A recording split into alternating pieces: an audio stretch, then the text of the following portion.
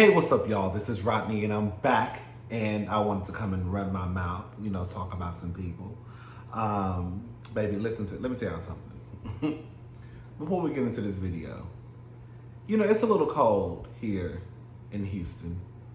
I think it's like probably 40 degrees, something like that. I think it was reported that it may go down into the 20s, I believe, like 29, I think. I'm not exactly sure. But nonetheless, it's cold. Baby, the way they are shutting down the schools, the way they are cutting up down here, like, girl, I look up, the girls and boys in New York is trekking through, girl, 5 feet of snow, still pushing it to work. Girl. So I'm not exactly sure why all of a sudden, girl, we get a little gust of wind and the girls start cutting up and acting the fool. But I tell you, we can't do nothing. Let me tell you something, if it ain't at least, girl, 85 degrees or higher, you might as well start thinking that, girl, stuff gonna start shutting down. They're gonna start canceling school. It's a mess. I said, y'all were here, not y'all were here, but some of you were here in Houston when we had that snowstorm, last year sometime? And just the state of Texas, period, was just not prepared for that. I get it, we normally don't have weather like that, but that doesn't mean that you should be prepared, right? Girl, we gotta have insurance on our cars. We gotta have insurance on our apartments. We might not ever get into a wreck, but girl, you have to be prepared, just in case. So I'm just confused on why every time, girl, we get a little bit of wind, girl, a little bit of cold weather, girl, they start shutting down the schools. My nieces ain't going to school, girl. Brittany's son ain't going to school. I guess it is what it is, child. So I guess I'm sure the kids are happy. I know the mamas and daddies are mad. I know the mamas and daddies are mad because they thought they had a day. Now they know they ain't gonna have that day off, girl. Okay, but anyways, I just think it's so crazy how anytime that happens in Houston, Texas, now I know it's snowing. Now it did say, I left out a part. They did say when I checked the weather earlier that it was snowing outside. I haven't even looked outside my window. I literally just walked back into my apartment probably an hour and a half ago. It was raining, and it wasn't even raining too bad. It was pretty much drizzling. But it did say it was snowing somewhere in Houston. So it might be a little bit of snow, but even when I was in DC, girl, they started canceling parties, but I was at a party in the middle of the snow. Girl, jigging and drinking and taking shots and up in people's faces, right? That snow didn't stop nothing in DC that day. Well, party at night, but that day party, baby, was still on and popping. What was I at? Some club, Secrets, Treasures. Anyways, let's go ahead and let's talk about some people. Let me just say this, okay? So I really didn't talk about the whole Chris Cuomo whenever he got fired. Chris Cuomo is one of the finest men, white men. Not one of the finest. He one of the finest men, period. White, out of all of them. Girl, Chris is one of the finest men, I'll say, in journalism. Girl. But he got fired from CNN. They say it was some ethical stuff. I don't know. Just the other day, it says Chris Cuomo trends after CNN president Jeff Zucker steps down after failing to disclose his consensual relationship with a fellow colleague. Now, this is what he had to say. As part of the investigation into Chris Cuomo's tenure at CNN, I was asked about a consensual relationship with my closest colleague, someone I have worked with for more than 20 years. I acknowledge the relationship evolved in recent years. I was required to disclose it when it began, but I didn't. I was wrong. As a result, I am resigning today. I came to CNN on January 28, 2013. Together we had 9 great years. I certainly wish my tenure here had ended differently, but it was an amazing run, and I loved every minute. I'm grateful to the thousands of incredible, talented CNN and Turner Sports employees who helped make this such a joy for me and such a success for all of us. I wish each of you nothing but the best in the years ahead. With gratitude and much love, Jeff. Okay.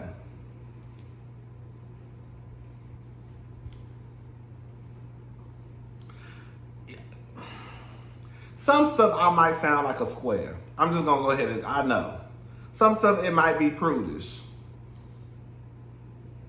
I saw some people basically saying how, should he have been fired, especially if it was a consensual relationship? Yes. Yes.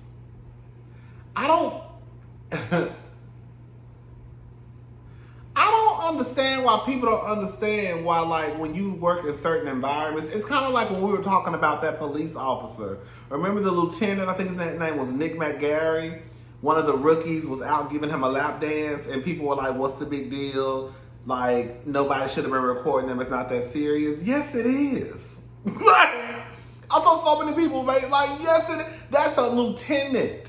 That is a rookie. She had no business, he had no business allowing her to give him a lap dance. And then y'all wonder when all this stuff starts happening with Me Too and harassment suits and all this stuff, it can get really, really messy. And then I remember people saying, well, they have it on video, it's, with her dancing. That don't got nothing to do with nothing. Just because she gave him a dance don't mean that if something was to happen after that dance, that's what she wanted because she offered him a lap dance. I just think that when it comes to work, believe it or not, especially depending on your title and what you do at your job, you have to really go in with a girl, some type of professionalism. I really do believe that. Believe it or not, right? It's one thing for 2 sales associates to be messing around if you work at the mall.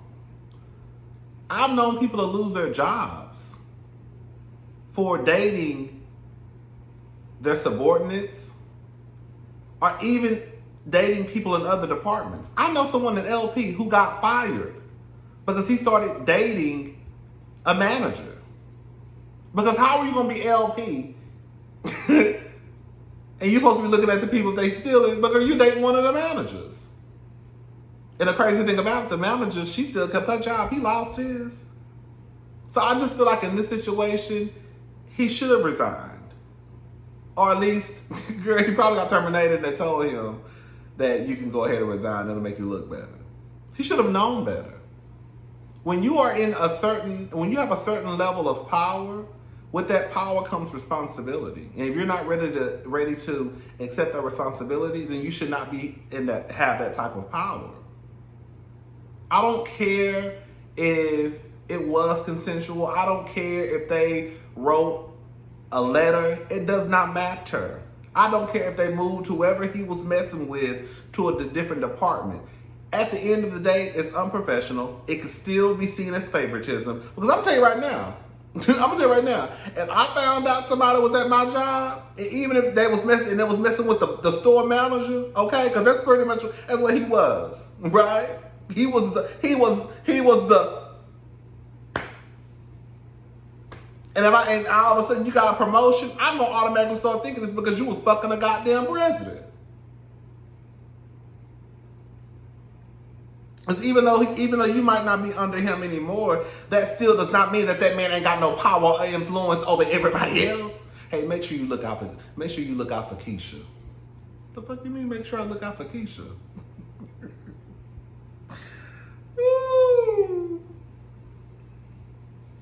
Make sure you look out. Make sure you watch out for Keisha. What the fuck? This nigga came with me talking about make sure I look out for Keisha. They talking. Right? So it doesn't matter if that person was moved to a different department. It doesn't matter. It does not matter. It should not happen. I feel the same way, especially like with the whole President Bill Clinton and Monica Lewinsky. Even though Monica Lewinsky was a grown woman, that was an abuse of power.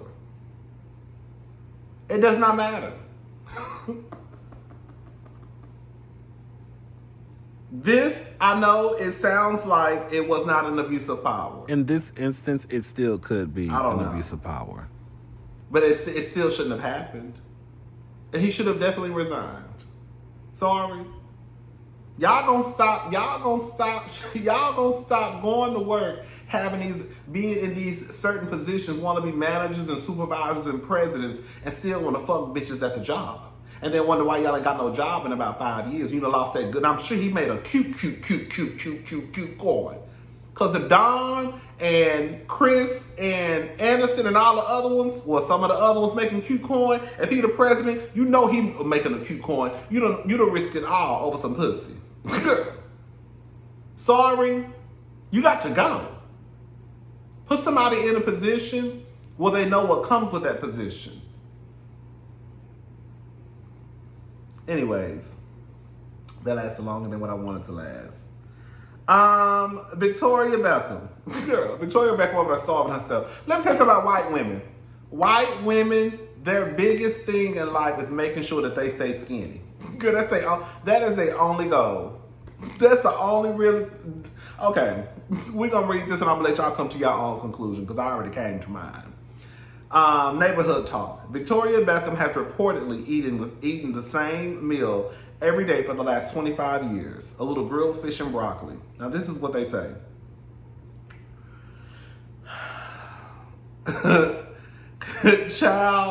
Neighbors, let's chat. Could you imagine eating the same meal every day repeatedly for at least a week, let alone 25 years? Child, I barely want to eat leftovers. Not me. Girl, if you don't want your leftovers, pass them over to Rodney. Hello? Yet recently during a podcast interview, David Beckham with his fine self opens up about dinners in the Beckham household. He shares that his wife Victoria Beckham has eaten the same meal every day since he met her almost 25 years ago. She only eats grilled fish, steamed vegetables. She will very rarely deviate from that, he explains. Neighbors, it's more. Victoria Beckham revealed that she is very much a picky eater. She says when making her daily meals, no oil, butter, or any type of sauce is used. Let me say something. One thing that I definitely need to do is start eating healthy and start back working out, okay? So I'm all down for, even though I'm not doing it, I'm all down for someone, eating the correct foods. Because the truth of the matter is we can't go around here eating burgers and chicken every day, girl. Then when your body get clogged up and stopped up, and then you die. And it's really going to be sad. It's really sad to tell people how he went out was over some fried chicken. Because he didn't want to put it down, right? He could at least put it in the oven and baked it for a little bit. So I'm not mad at anybody for wanting to eat healthier, but I really do think, girl, I'm sorry, Victoria just want to be a skinny white woman, okay? Anyways, she might be doing it for health reasons too, but I think it's more so because she want to be a skinny white woman. Who else? Oh, Issa Rae. All right, Issa Rae. Issa Rae teams up with Airbnb, offers LA home for $56 a day over Valentine's Day weekend. So what, that's one day? Or is it two? Are you gonna count Friday, Saturday, and Sunday? Or is it gonna be 3? Girl, if I had a house, girl, ain't nobody, girl, you think I'm about to Airbnb my house up? I guess when you got money like that, I guess it don't matter. I guess you can just go to your other house. Come on, rich black woman. That's what it is, see. I ain't got no money. Issa got some money. So she can rent that little house out, or go to one of her other houses. If something get damaged, she can just replace it, girl. I'm sure she's gonna have cameras all around all around her house. Calling all insecure fans, it looks like Issa Rae is giving a lucky fan a chance to live the life of luxury for a weekend. The 37-year-old actor/producer is teaming up with Airbnb to give fans a weekend at her gorgeous home in South LA. I did not know she lived in South LA. The stay will also include an itinerary curated by Issa herself, including the opportunity to meet her virtually. Honey, I don't want to talk about it. If it ain't about no job, then I don't want to meet Issa. If it ain't about no job, Issa want to talk to you, girl. Is it about a job? Let's talk, because that's all I want to talk about. Hello? In the Airbnb listing, Issa Rae says, I'm inviting guests to spend the weekend in my hometown to experience the culture, businesses, and communities that influence my storytelling on screen. I can't wait to show guests all the things that make Black LA so special firsthand. I'm sorry. Ooh, I already read that. Okay.